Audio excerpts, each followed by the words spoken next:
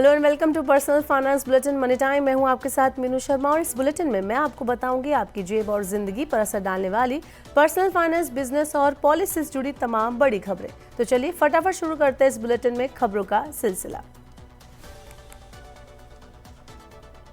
अगर आपने वित्त वर्ष 2022-23 यानी असेसमेंट ईयर 2023-24 के लिए समय पर इनकम टैक्स रिटर्न यानी ITR भरा है लेकिन अब तक रिफंड आपको नहीं मिला है या कोई और पुराना पेंडिंग रिफंड है तो आपके लिए एक अच्छी खबर है। दरअसल इनकम टैक्स विभाग ने 9 जून 2025 को एक आदेश जारी किया है जिसमें कहा गया है कि ऐसे ITR जो समय रहते भरे गए थे लेकिन प्रोसेस नहीं हो पाए उन्हें अब 30 नवंबर 2025 तक प्रोसेस कर दिया जाएगा। ये फैसला उन सभी टैक्स पेयर्स के लिए राहत लेकर आया है जिन्होंने 31 जुलाई 2023 तक अपना ITR भर दिया था लेकिन अभी तक ना तो रिफंड मिला, ना टैक्स डिमांड आई और ना ही कोई सूचना। अब इन ITR को प्रोसेस किया जा सकता है। आपको बता दें कि इनकम टैक्स एक्ट 1961 के अनुसार किसी भी फाइनेंशियल ईयर का ITR प्रोसेस करने के लिए 9 महीने की डेडलाइन होती है। यानी अगर आपने 2022-23 का ITR फाइल किया है तो उसे प्रोसेस करने की आखिरी तारीख 31 दिसंबर 2024 थी। अब विभाग ने इस नियम में ढील देते हुए कहा है कि वो अब इन रिटर्न्स को 30 नवंबर 2025 तक प्रोसेस करेगा और उसी समय तक आपको उससे जुड़ी सूचना भेजी जाएगी। रॉयल चैलेंजर्स बेंगलुरु यानी RCB जो इस साल यानी IPL 2025 की चैंपियन बनी अब मालिकाना बदलाव की दहलीज पर खड़ी नजर आ रही है। ब्लूमबर्ग के रिपोर्ट के मुताबिक RCB की ओनरशिप वाली Diageo PLC अपनी हिस्सेदारी बेचने के ऑप्शंस पर विचार कर रही है। हालांकि Diageo ने इस विषय में अभी तक कमेंट नहीं किया है। रिपोर्ट के अनुसार Diageo द्वारा RCB में अपनी हिस्सेदारी बेचने की वजह हेल्थ मिनिस्ट्री का फरमान बन रहा है। भारत का स्वास्थ्य मंत्रालय IPL में शराब और तंबाकू प्रोडक्ट के प्रचार पर बैन करने की दिशा में एक्टिव है। मंत्रालय चाहता है कि खिलाड़ी भी किसी भी तरह के अनहेल्दी प्रोडक्ट के इनडायरेक्ट प्रचार से दूरी बनाए रखें। भारत में पहले से ही शराब और तंबाकू के सीधे तौर पर विज्ञापन बैन है लेकिन बड़ी कंपनियां अक्सर सॉफ्ट ड्रिंक या अन्य ब्रांड नेम्स के जरिए अपने प्रोडक्ट का इनडायरेक्ट प्रमोशन कराती रहती हैं। इसे लेकर अब हेल्थ मिनिस्ट्री सख्ती के मूड में है और Diageo PLC शराब कारोबार के बिजनेस में है। इसे देखते हुए Diageo अपनी हिस्सेदारी बेचने के विकल्प तलाश रही है। Diageo ने इस विषय में अभी तक कोई ऑफिशियल कमेंट करने से इनकार कर दिया है और यूनाइटेड स्पिरिट की ओर से फिलहाल कोई जवाब नहीं आया है। बढ़ते हैं आगे। भारत की दिग्गज गैर बैंकिंग वित्तीय कंपनी बजाज फाइनेंस लिमिटेड ने अपने शेयरधारकों को डबल तोहफा दिया है। कंपनी ने अपने शेयरधारकों के लिए बोनस शेयर और स्टॉक स्प्लिट की घोषणा की है।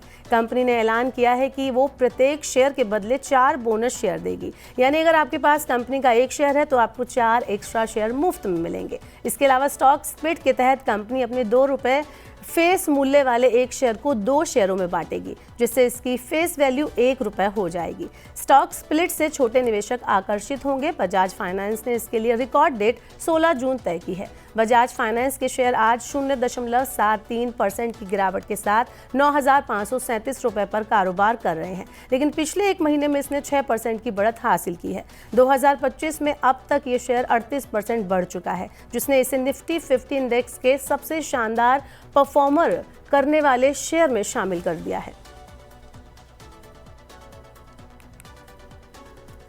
बढ़ते हैं खबरों में आगे और आपको बताते हैं IPO से जुड़ी खबर। पंप और मोटर बनाने वाली कंपनी ओसवाल पंप्स का IPO पब्लिक सब्सक्रिप्शन के लिए 13 जून 2025 को खुल रहा है। इसे 17 जून 2025 तक सब्सक्राइब किया जा सकता है। कंपनी ने IPO के लिए प्राइस बैंड 584 से ₹614 प्रति शेयर तय किया है।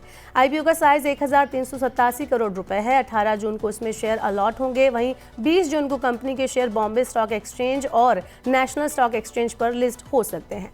ओसवाल पंप्स का टारगेट IPO के जरिए कुल 1387.34 करोड़ रुपए जुटाने का है। इस IPO में 890 करोड़ रुपए के फ्रेश इश्यू जारी किए जाएंगे जबकि 497.34 करोड़ रुपए का ऑफर फॉर सेल यानी ऑफिस भी है। ऑफिस के जरिए मौजूदा प्रमोटर और शेयरधारक अपनी हिस्सेदारी बेचेंगे। IPO में एक लॉट 24 शेयरों का है यानी एक लॉट के लिए कम से कम 14,736 रुपए का निवेश करना होगा। मैक्सिमम 13 लॉट या 312 शेयर के लिए अपर प्राइस बैंड के हिसाब से 1,91,568 रुपए निवेश कर सकते हैं। चलिए बढ़ते हैं आगे, बताते हैं आपको शेयर मार्केट का क्या हाल है।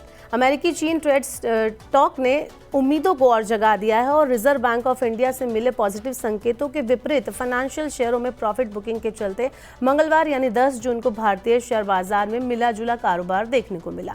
उतार चढ़ाव भरे सेशन में भारतीय इक्विटी इंडेक्स निफ्टी के 25,100 पर स्थिर स्तर पर बंद हुए। वहीं सेंसेक्स 53.49 अंक यानी कि 0.6% की गिरावट के साथ 82,391.72 पर और निफ्टी 1.05 अंक बढ़कर 25,104.25 पर बंद हुआ। लगभग 2,160 शेयरों में तेजी आई, 1,723 शेयरों में गिरावट देखने को मिली और 136 शेयरों में कोई बदलाव नहीं दिखा। निफ्टी में सबसे ज्यादा तेजी वाले शेयरों में Grasim Industries, Doctor Reddy's Labs, Tech Mahindra, Tata Motors, Infosys शामिल रहे। जबकि नुकसान वाले शेयरों की बात करें तो Trent, Asian paints, Bajaj finance, Tata steel, Bajaj Finserv यहां पर देखने को मिले। शेयर बाजार के बाद अब बढ़ते हैं सोने चांदी के हाल पर। सोने के भाव में आज यानी 10 जून को लगातार तीसरे दिन गिरावट देखने को मिली। 10 ग्राम सोने का भाव कल यानी 9 जून की तुलना में 450 रुपए कम हुआ। दिल्ली, मुंबई, राजस्थान जैसे बड़े शहरों में 10 ग्राम 24 कैरेट सोने का जो रेट है वो 97,500 रुपए है। वहीं 22 कैरेट सोने का रेट 89,000 रुपए के ऊपर कारोबार कर रहा है।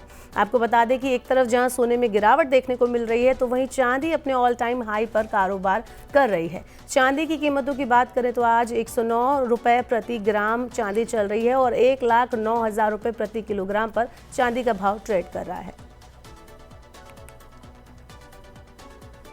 बढ़ते हैं खबरों में आगे। फूड डिलीवरी कंपनी जोमेटो ने अपने डिलीवरी के नियमों में कुछ बदलाव किए हैं। कंपनी अब डिलीवरी पर किलोमीटर के हिसाब से चार्ज लेगी।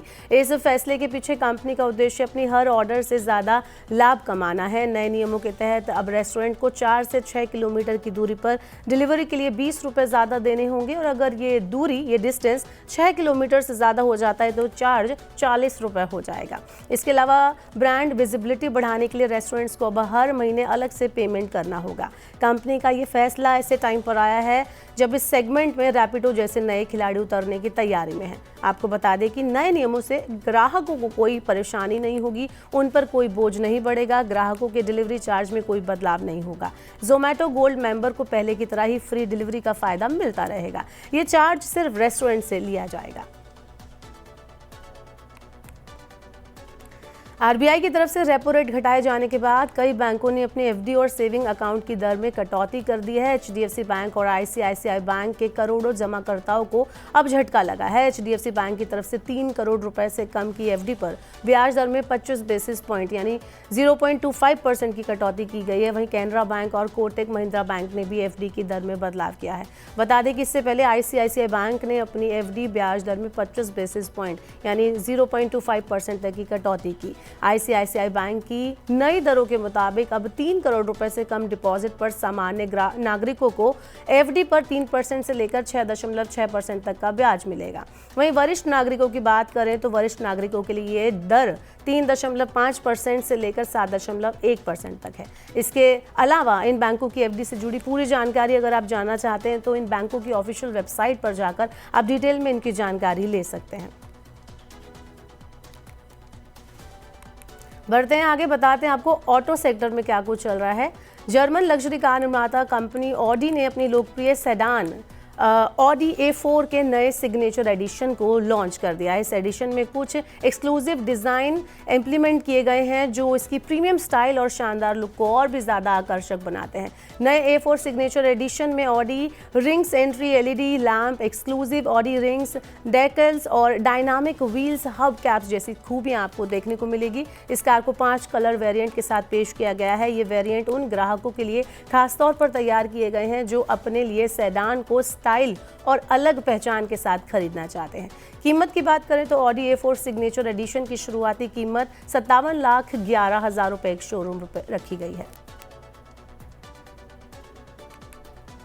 तो ये थी मनी टाइम में आज की तमाम बड़ी खबरें। वक्त हो गया आपसे विदा लेने का। अब आपसे होगी कल मुलाकात। पर्सनल फाइनेंस से जुड़ी खबरों को पढ़ने, सुनने, उनसे जुड़े खास कार्यक्रमों को देखने के लिए आप मनी 9 के यूट्यूब चैनल को जरूर सब्सक्राइब कर लें। साथ ही आज का हमारा मनी टाइम आपको कैसा लगा नीचे कमेंट बॉक्स में अपना फीडबैक हमें देना ना भूलें।